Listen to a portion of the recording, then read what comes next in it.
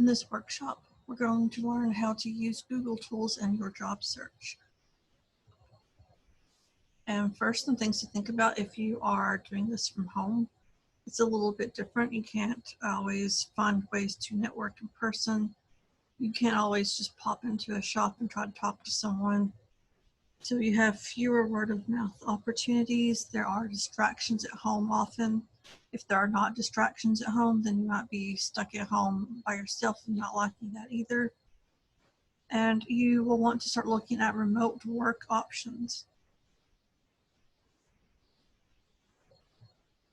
So here are some tips from running a job search from home. And actually, if you are doing work from home later, most of these will just automatically apply to that as well. So the first thing you want to do is keep a routine. You don't want your work week to balloon out to fill out all of your hours in the day. It makes you have a little more normalcy if you do something like stick to 9 to 5.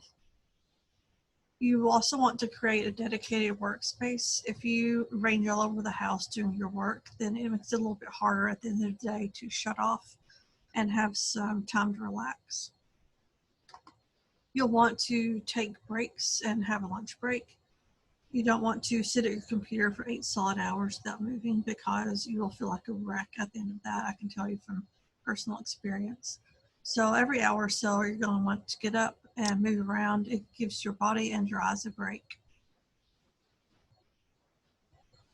You'll want to make sure you have all the tools that you need. If you are used to working in an office, then you'll be used to being able to go to the supply cabinet probably. So you need to think about what is it that you'll need to either work from home or, in this case, maybe to do a job search from home. And it's a good idea to create a daily to-do list, and then at the end of the day, create a list for the next day. And that is something else that helps you at the end of the day to turn off work and just have your own free personal time, because you've already made a list for the next day and you can just have that off your mind.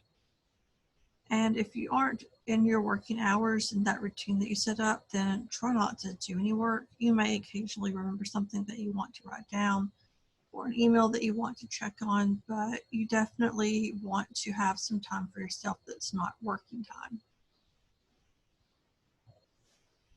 This is our agenda for today. We're going to create a job search plan. We're going to make a job tracker in Google Sheets. We're going to do a search on Google for some jobs, and I'll show you how to set up alerts and how to set filters on your job searches.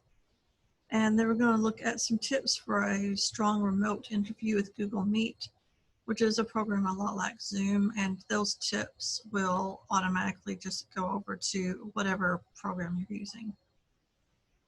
So the first thing we're going to do is Google Sheets, which is their spreadsheet program. If you have been in many of my classes, you'll probably have seen it before. If not, I'm going to show you how to get there, which you can do from just your Google page. If you don't have a Google account, we have a lesson, a short one called Getting Started with Google, and that is on YouTube, and we'll probably offer it again live someday. That shows you how to set up your Google account and what you can do with it. Then once you're signed in, if you go to that little 9-dot grid in the upper right-hand corner, it will show you how to get to Drive. You can open Sheets from Drive, or if you scroll down farther, you can actually just go straight to Sheets.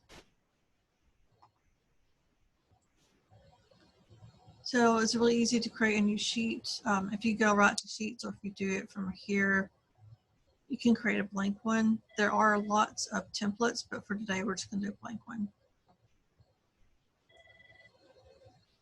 So here's some basics. The really cool thing about spreadsheets, if you aren't used to them, is that it's so easy to line up all of your information.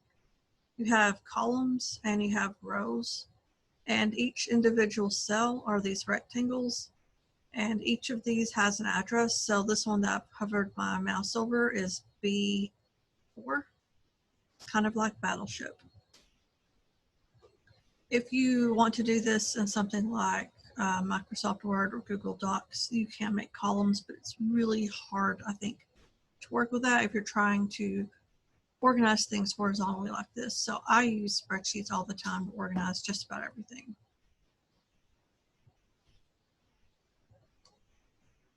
So I'm actually going to do these steps, but I'm going to go through the slides first. This is showing you how you put in your information to start your spreadsheet. All you do is just go across the top row, put in the words that you want. And then there are some formatting things you can do. So this is showing you how to select an entire row. You put things in bold, you can give it a back color. You can also change the color of your font if you wanted to do that.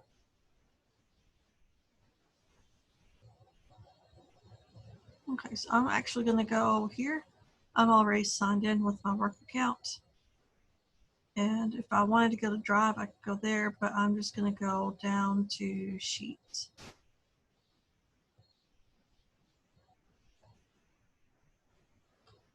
So there's the blank sheet.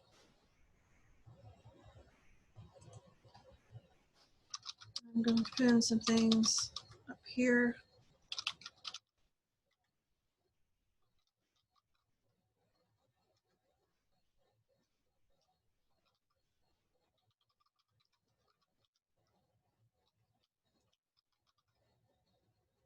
One thing that I like to do is I like to change the width of the columns. So for notes, I'm going to drag that out so I can write more underneath here. And for URL, I'm going to drag that out a little bit too. For salary, that's probably just going to be a number. So I'm just going to bring that in. For company, I'm going to widen that a little bit. Here are all of the options you have for changing things. You can change your font, you can change the size. There's a bold, italics, strike through can be useful. This is how you change the text color. So if you wanted to, instead of having a background color, make some of it in red, you could do that. That's the background color that we saw in the slide before. You can choose any of these colors, or you can go to custom and choose out of this color wheel. You can change it down here. So those are just some suggestions of things that you might want to track, and you can come in and add more things later. You might want to put in something like a column for location, and let's say you want that before notes. If you right click, you can get insert column, and it will give you some room. I don't need as much room for notes, sorry, for location as I did for notes. So when I put my mouse in between these two columns, it turns into a 2 arrow, and I can use that to narrow it. And I'm going to actually narrow it some more. You might want to put in address instead of location. There's a lot of different things you can track. And you may start this out and then part of the way through your job research, decide that what you need is, you need to put it in a different order, you need to add things or take things out. You can insert and you can rearrange. There's a lot you can do. If you do want to rearrange, you can just grab it. I'll let you not work now. If you right click, you can insert, and you can cut, move things over, then delete. There's a lot you can do, and you get used to it after a while. Once you've used spreadsheets for a while, you'll be surprised at how long you'll be learning new things you can do.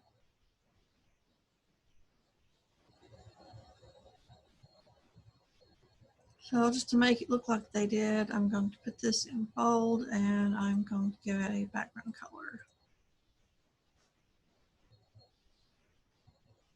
There are some other workshops that deal in Google Sheets. Sometimes I actually have one that's just called Sheets 1 and Sheets 2. I haven't recorded those, but we have one called Digital Tools for Project Management and Digital Tools for Everyday Tasks, and both of those have a spreadsheets component. So that's how you do a tracker, and this will help you keep up with the classes that you, sorry, not the classes, the jobs that you have applied for, or the jobs that you're thinking about applying for. You can actually also create other sheets if you do this. So you could have one sheet and rename it to apply, and you could do another one and rename it. I'm right clicking to bring this up.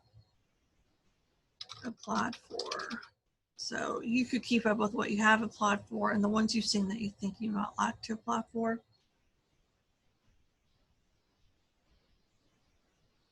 Okay, I'm going to go back to the slides now. And the next part is actually doing the job search. And there's a lot of tools that they have built into their job search to help you out. And you start out just by going to Google, and you can just do the jobs near me if that's what you want to search. You can also search something like retail jobs or part-time jobs or customer service jobs. You can look up something like jobs in Paducah, Kentucky, or manufacturing jobs in Kentucky. If you are a veteran or a military spouse, there are some opportunities for you that are a little bit different. So I'm going to go to Google. I'm just going to do jobs near me. I don't know if my location is turned on, so we'll see what happens. Okay, so it's going to ask to know my location. I'm going to allow it. And the first thing up here are a couple of ads, but what we really want, if you scroll down, you see this big blue bar, that's where they've got all the stuff that's what we really want. And you can stay here, and this, it tells you there are 100 more jobs. You can just look at the other search results, but for this class, we're going to click on this arrow right here where I've got my mouse. I'll show you some more filters, and if you want to just see this, if you click on the blue, it's actually going to go into this whole page.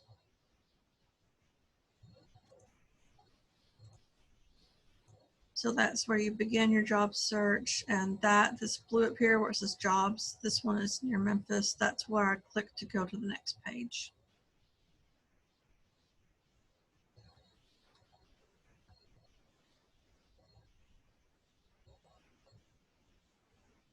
You can stay here, like I said, but it's only going to show you the first few. You can even here add one of their filters. But I like to go to this big page where you can really see everything. So as you can see, they have found a bar over here where they're pulling that down to go through the whole list. The first one or the last one that was clicked on is what's going to be displayed over here on the right. To make it easier, Google finds listings from all over the internet and puts them in one search result. So this is some of the information that they cover. Well, we're going to go back to the website in a minute and we'll look at a live one. Let's go ahead and do that now. I'm going to close my spreadsheet. So this is where you can scroll down. In a minute, we're going to talk about doing email alerts. There are categories up here. These are filters. We're going to look at that next. This is where you can look at alerts you've already done, and you can save individual jobs and come back to them, which is a big help. I'm going to scroll down this. It tells you who is hiring. These are different places where you can go to actually finish the application. This tells you how old it is. So this was posted 11 days ago. It's full-time. The shift is 5 to 9 p.m. And this is just the usual job application. You can read more there. Report this listing as if you see something that looks really shady, like maybe even illegal, or you're pretty sure it's a scam, you can report it.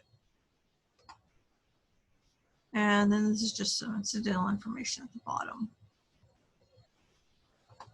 Okay, so we're going to look at filters. Oh, sorry, this is the veterans part first. If you're a veteran, you can look at veteran jobs, and you can actually search with your MOS, the Military Occupational Specialty Code. And that way it will look for jobs that match that job code. You can also search veteran jobs near me, veteran management jobs. You can put in the name of your city, something like IT jobs for veterans. And in a little bit, we're going to look at filtering to only work from home.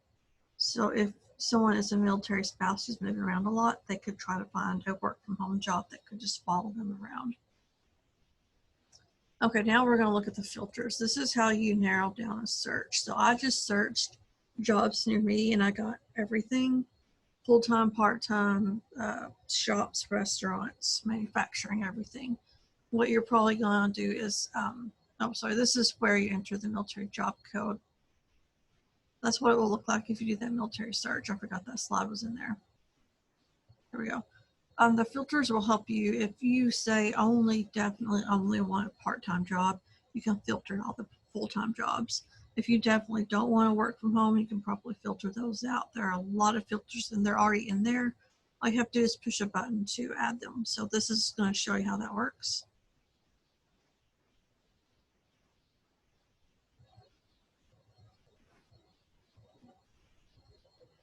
Once you add a filter, the number of results is going to start to go down.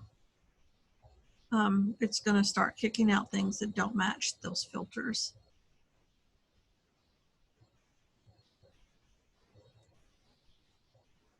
And there's the work from home filter, which I'm thinking is going to be pretty popular as long as COVID is a thing.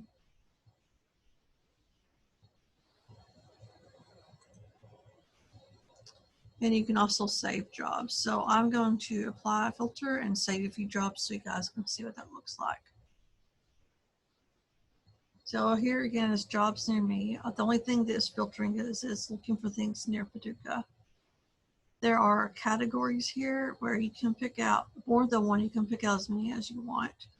But the fewer you choose, the fewer jobs you'll have. So I'm just going to grab some.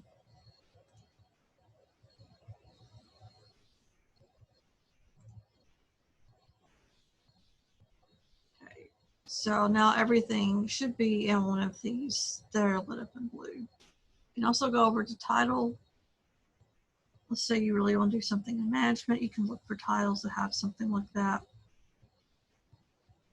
There's store manager, account manager. There's a lot of different ones down here. UTU will be things you haven't seen yet. So if you're coming back to this later and you are tired of looking at the ones that you've already looked at and applied to, or already looked at and decided not to apply to, you can tell it, I just want to see what I haven't seen before, and it will filter out the ones that it knows you've already looked at. This is location. So I put in Paducah, Kentucky, and it's looking within 15 miles. Let's say I'm willing to drive. I can change it to 30, 60, or even 200. Or if I'm open to moving anywhere, I can tell it that, and it will take off that Paducah, Kentucky limiter. Let's say that what I really want to do is to move to Metropolis, or I have just a really specific idea. I can choose one of those. And then there's that work from home. It's under location. We'll turn that on. So there are actually some jobs in these categories that are work from home. So this is from a website, looks like called Dot Dash, and you can do anywhere. You can apply on a site called Media Bistro. It's full-time.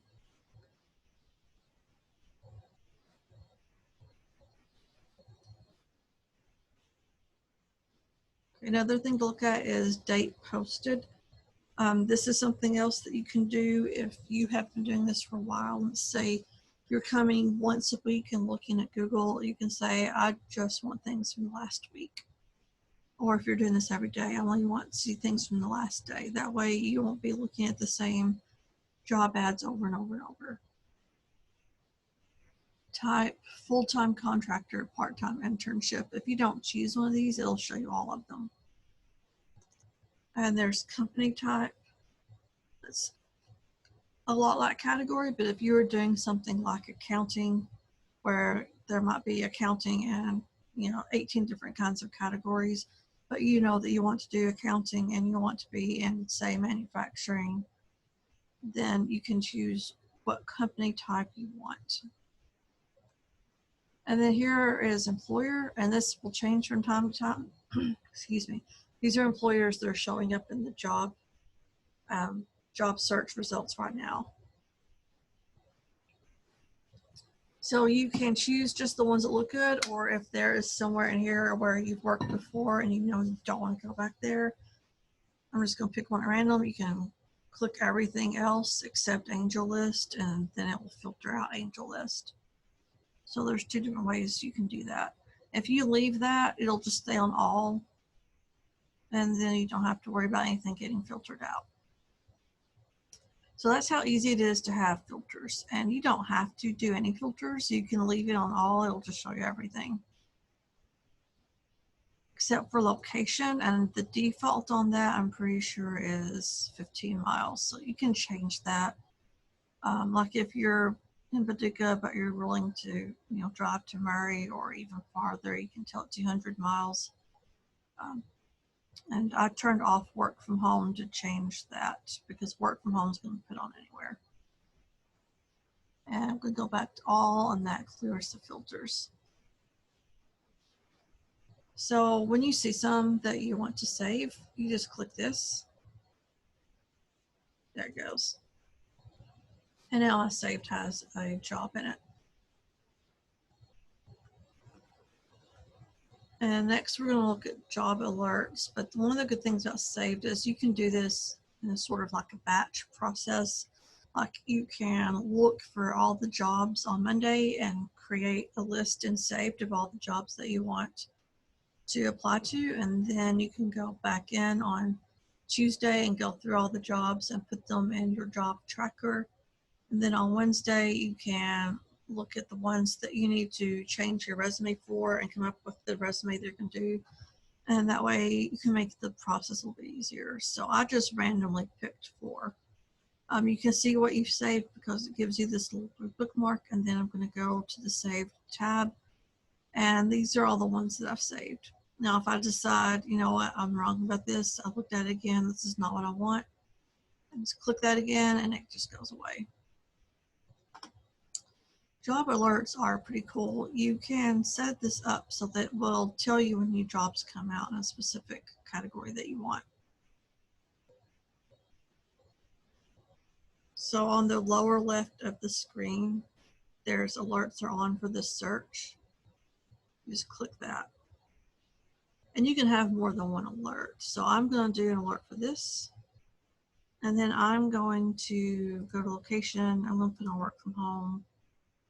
I'm going to go to category. I'm going to put on advertising and marketing. And I'm going to say within the past week. And turn on one for that. So now in alerts, I have 2 different ones. These are both set up for daily, but you can do weekly or you can do instantly. So if you do instantly, every time a new job in this category comes up, you'll immediately get an email. If you do daily, then if anything you came up that day, you'll get it in an email at the end. You might have 2 or 3. If you do weekly, then you'll get a longer list once a week. So if you do something like jobs near me, Paducah, Kentucky, it's anything, there are no filters on it. If you do instantly, you're going to get a ton of emails, and it's going to be all the different jobs and all the different categories and full-time, part-time, everything. So you probably don't want that on instantly, or you might not even want on daily. This is really not a very good search because it's bringing back everything. If you do something like this though, where it's a little more narrow, you can do as many of those as you want. You can have something like, this is what you really want, so turn on instantly. And then you do another one where it's what you would do, but it's not what you especially want, and you put that on daily or weekly. That way, when what you really want comes up, you see it right away. And again, the way you do that is you just do the job search. You put on whatever categories you want, and you go down here to get alerts for this search, and just click that and you've got a result. And then if you ever want to look at your alerts because let's say they're driving you crazy, you're getting too many emails, you can go through and you can change how often you're getting these emails. Now I'm going to turn these off because I don't actually want any of these. I'm not looking for work. I'm going to go saved, and I'm going to unsave these because I don't need that. Okay, so that is how easy it is to do that part of the job search. If you do use a tracker, when you do something and you put it in saved, you're probably going to want to add to your tracker. There's another thing you can do if you have a resume and let's see where I saved that. Let's say alerts, already did that. You want to put your opportunities in here, and if you do a resume on Docs, you could add a place for that, and you could put in a link to that resume that you sent, and that can be useful if you're doing different kinds of jobs and you're doing different resumes for each type of job. Like if you're looking at sales and you're looking at management and you're looking at working in a restaurant, and you have 3 different resumes, you could attach the resume to this that you used. So this is what a resume looks like in Google Docs, and we did a class on this last week. It will be on YouTube if you're interested in looking at that. So you can copy a link and then you could just paste it into your tracker.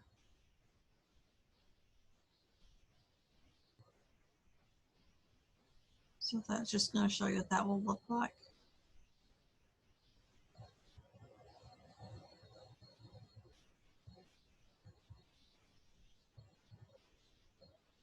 Then if you weren't using Google Docs for your resume, if you had some other program, you could put in a resume column in your tracker and put in like where it's saved or what you named that file or something like that. Okay, so now we're going to go into the last part, and it is talking about a new program that Google has. They're going to give you some interview tips for Google Meet, and that is quite a lot like Zoom. So if you're already using Zoom, a lot of this is going to really go right over for you. You can do an interview in this, you can do a group chat in this. There's a lot of different things you can do. Some people find video interviews intimidating. I can tell you I've had to do phone interviews before, and I did not like it. But if you have something like Google Meet or Zoom, you can practice with it. And that way, if you practice and record it, then you can watch it later and you can find out what kind of background noise you've got, how the lighting is working for you. You can find ways to tweak it. So that is one advantage to doing one on Google Meet or on some other video service.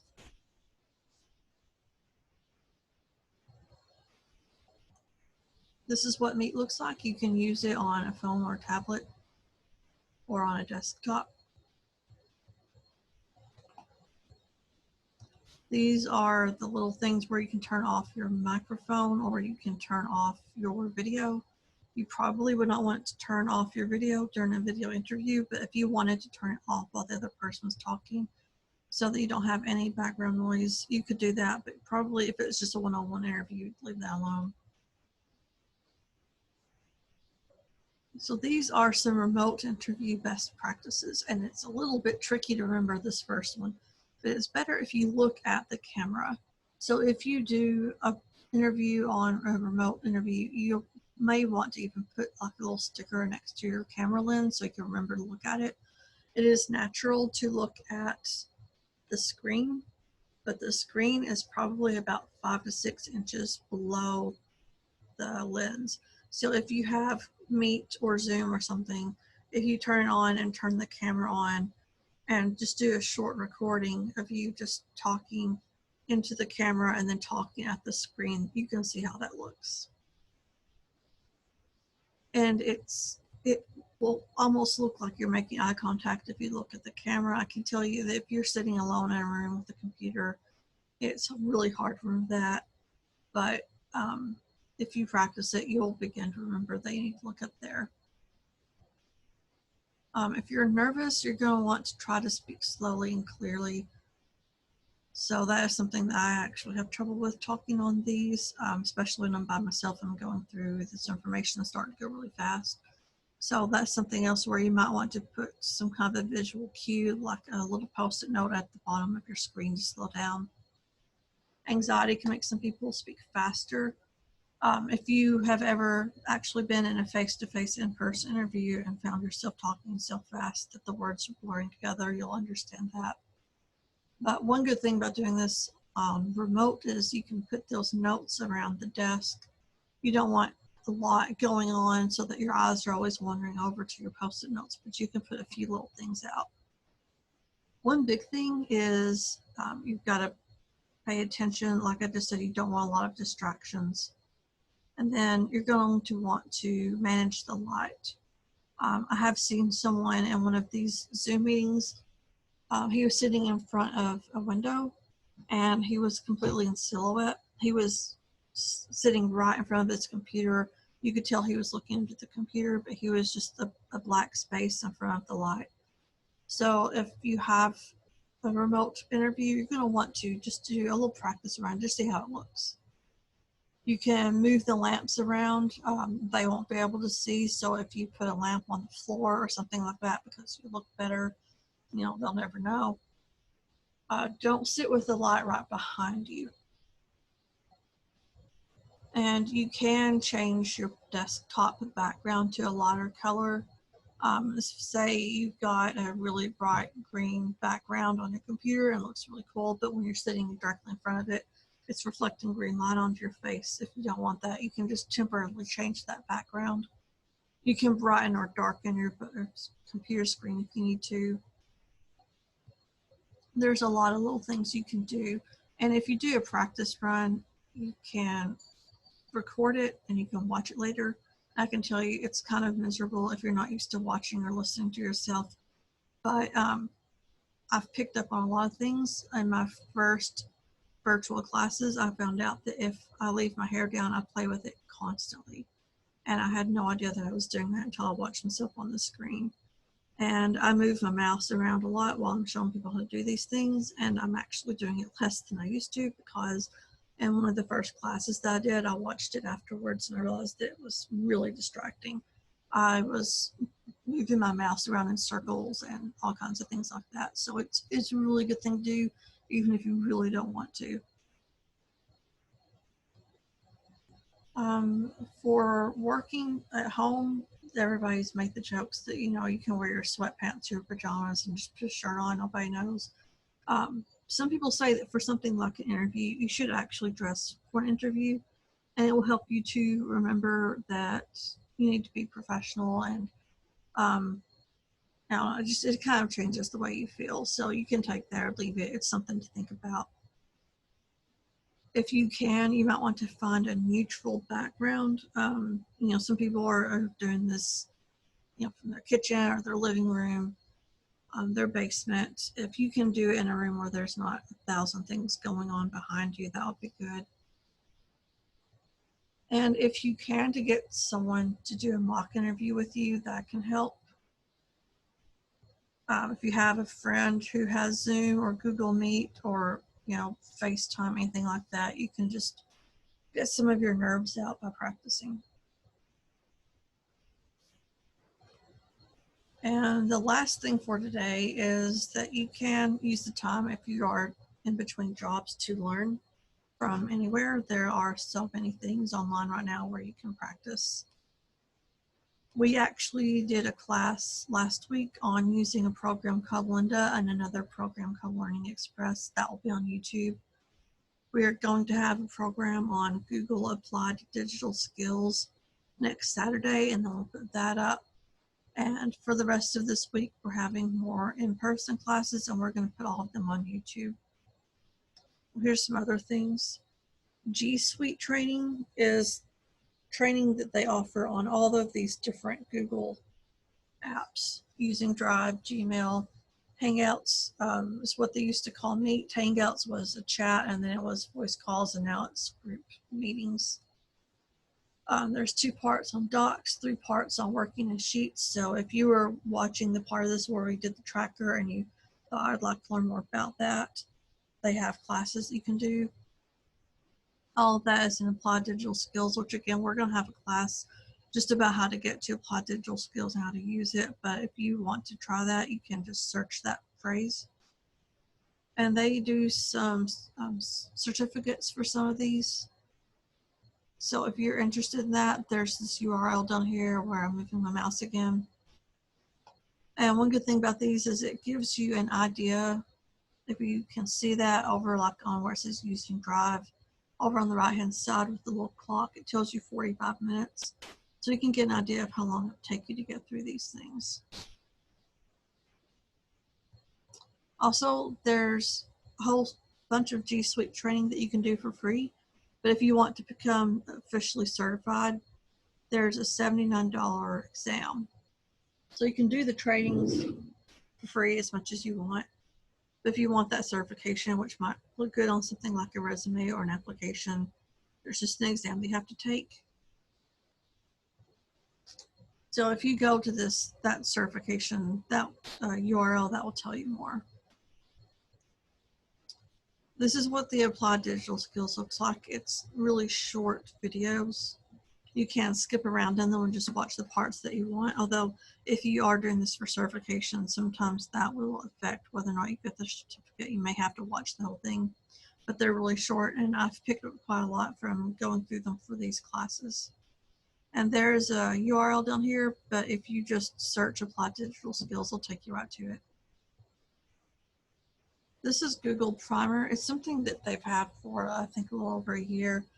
It is really short business and marketing lessons. So if you are an entrepreneur, or you're thinking about being an entrepreneur, or you are interested in marketing as a potential career, you can get this Primer app. And it is an app. You have to do it as an app. It's not just on the internet. You can just go to Google Play or the app store that you use, search Google Primer, and it's free. You can just do these on the go.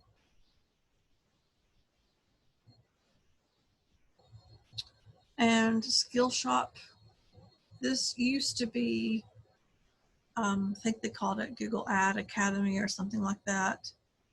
It's training on all Google's professional tools. They have a lot for business owners. We do classes on Google My Business, and then some of their analytics, and some of using YouTube as a business owner, but they have a lot more information. So it's g.co/skillshop as all one word if you want to look into more of that.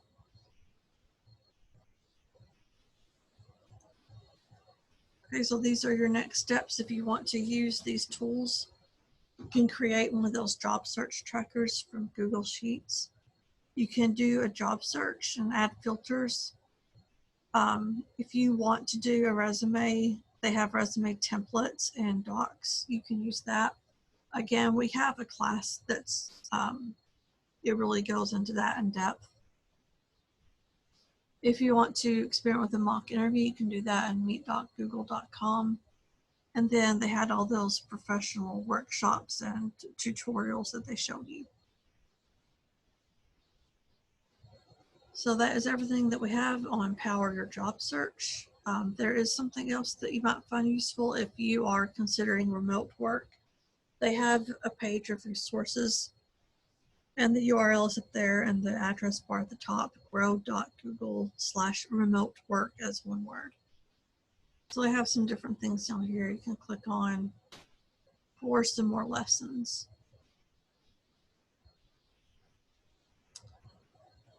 And this is how you can contact me. My work email at the top, and I'm in there all the time. If you are working with something like Google Docs and you want to practice sharing a Google Doc with someone, you can put my email in to share it with me, and I'll let you know if I get it.